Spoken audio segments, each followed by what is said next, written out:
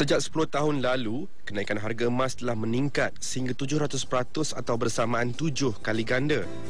Maka tidak hairanlah ini menjadikan emas sebagai aset pelaburan paling menjadi pilihan di masa kini. Banyak faktor yang menyumbang kepada kenaikan ketara ini, antaranya permintaan yang tinggi dan kejatuhan nilai mata wang dolar Amerika Syarikat. Dan paling utama, sumbernya yang semakin berkurangan. Trend permintaan emas bertambah sejak tahun 04 lah. 04, 05 general public baru sedar ini emas merupakan satu bentuk komoditi yang boleh kita labur.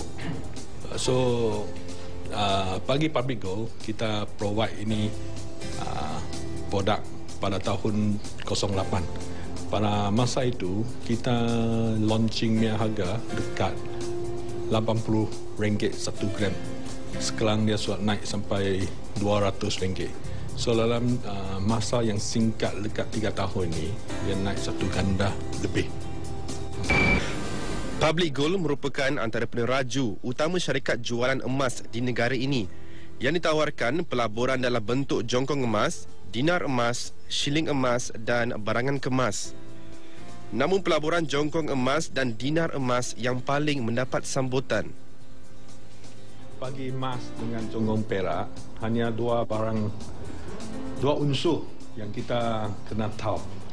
Yang pertama ialah dia punya berat. Dia punya berat. Nanti ambil lah, dia punya berat. So berat. Dan dia punya keturunan. So untuk jongkong emas dan siding emas, Public Gold Joy ni, dia memang keturunan emas 10 lah, 999.9. Ini yang kira paling pure, paling tulen dalam pasaran. Selain daripada jongkong emas, kita juga ada dinar emas. Dinar emas ini kita ikut World Islamic Mint punya spec. Dia punya specification lah. So dia punya keturunan ialah 22 karat. 22 karat. 22 karat bermaksud 916.66 lah.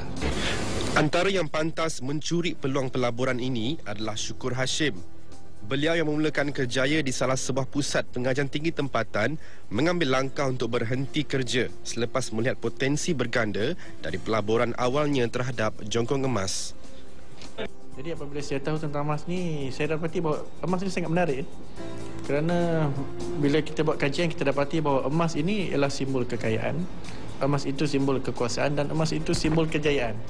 Jadi bagi mereka yang mendalami emas ini, dia akan dapati bahawa sesiapa yang percaya dengan emas ni, maka dia memang akan jadi orang yang kaya dan berharta. Harga emas meningkat tiap-tiap tahun bermula daripada 2001 hingga 2011. 10 tahun berturut-turut harga emas naik.